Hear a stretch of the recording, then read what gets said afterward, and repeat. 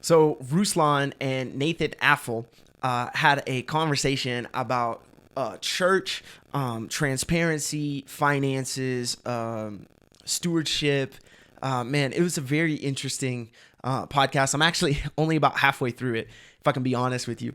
But I've done a video about church finances and the fact that so many people think that churches are more shady than they are. And I'm not saying that there aren't shady churches. I'm not saying that there aren't shady organizations.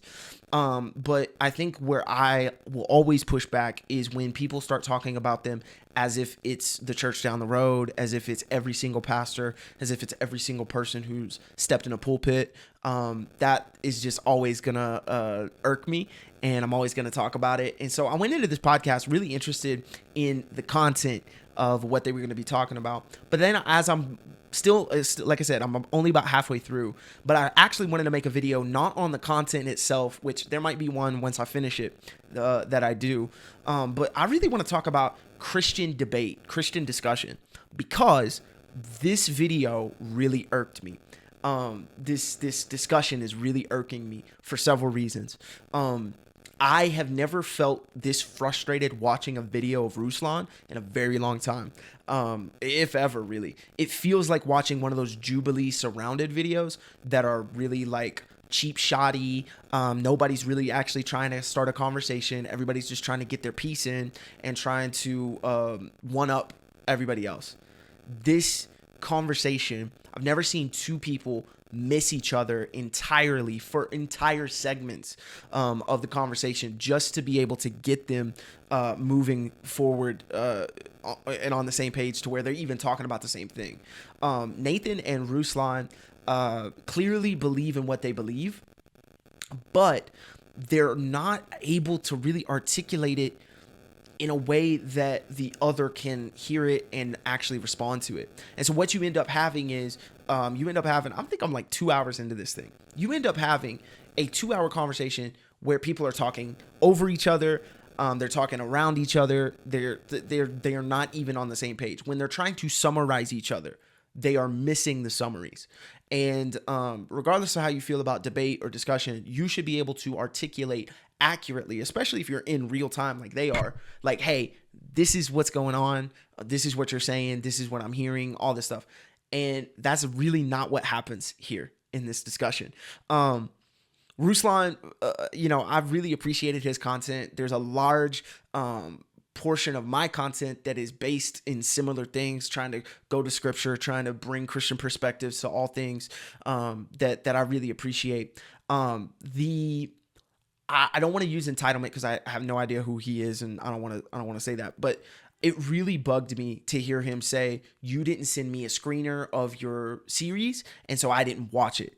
When Nathan said, I bought a copy of your book to be able to read, to be able to see kind of your perspective, your voice on things, all that stuff.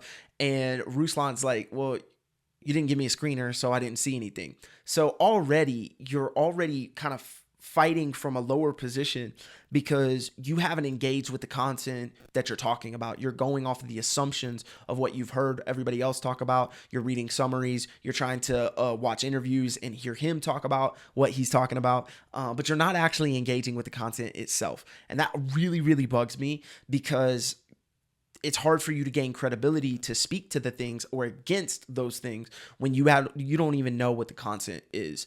And I really think that's the problem with a lot of Ruslan's conversation, is the fact that he doesn't know what was in the series that Nate produced or directed or whatever the case. And so you end up having him trying to even get on the same page because he's not engaged with the content. And so there's a lot of correction. There's a lot of, hey, no, you're missing it. This is actually what I meant. This is actually what this is.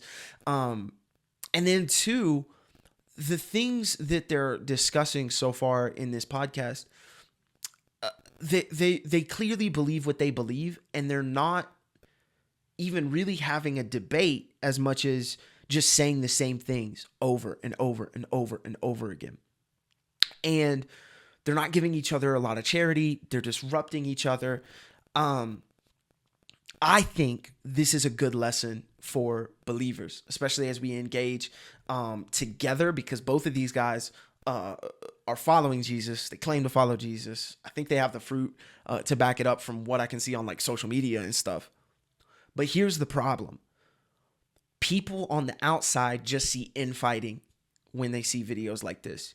And so we have to be very careful in the way that we have discussion, the way that we have debate, the way that we create conversation. Because if you don't, then you end up looking like it's us versus them, and we're actually not unified on anything. And then people have every right in the world to point to that and say, why would I ever want to be a part of this kind of faith?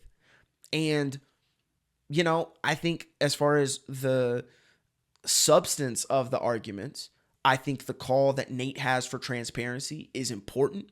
I think it's needed. I think there are some people who do use things to their advantage and take advantage of things like the tax code, things like pastors' salaries, housing allowances, different things like that. I think there are people who do that. I think there are people who run church finances on a need-to-know basis. I think that's true. But then I also agree with where Ruslan comes, which is not everybody is entitled to that information. You can't just make a donation, and simply because you made a donation, simply because you're tithing, simply because you're giving, that now means that you get every bit of where every single dollar is going. And so I can understand the substance of both of their arguments. However, it doesn't seem like they're actually wanting the conversation. They just want to be proved right. And this it can be a problem for showing other believers how we're supposed to have conversations, how we're supposed to disagree about things, how we're supposed to have debates on things. It doesn't seem like these are two brothers in the faith. It seems like these are two dudes who really don't like each other, who might say that they respect each other, but really don't. And that's not beneficial for the kingdom.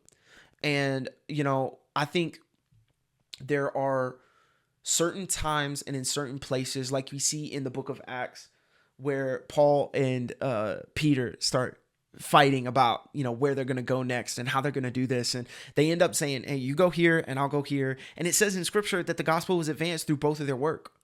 And so I think there are times where we don't have to engage together with every single thing. Sometimes there are benefits to you doing your thing over here and me doing my thing over here, and we're both expanding the kingdom, because I think they both have merit in what they're saying. However, they're themselves not going to be able to get to that spot. And so you end up just listening to this as somebody who's consuming the content. You end up listening to it and go, okay, what am I really doing here? Like, what's really happening here? Am I really learning a ton? Because they're not using a lot of references. Where I'm at in the podcast, they just got into digging into some of the scripture of it, which I think is good. But what you end up having is you just have my opinion, and then we're going to butt heads on it. And they're just talking in circles over and over and over. And how I know in my personal conversations, in my personal debates, my personal discussions, anytime I can feel myself start talking in circles, I'm immediately going to shut it down and try to regroup and figure out, one, what am I really trying to say first and foremost? And two, what is the other person trying to say? Because if you notice that pattern of talking in circles, you can stop, slow down, and reorient yourself a little bit. And yeah, I say all that to say, man, like, we just have to be really careful with the way that we have these kind of conversations, the way that we debate, the way that we have conversations, the way we discuss things, because it can very easily get into, for lack of a better phrase, like a cat fight. And then you end up just like, you're like, what are we even doing here?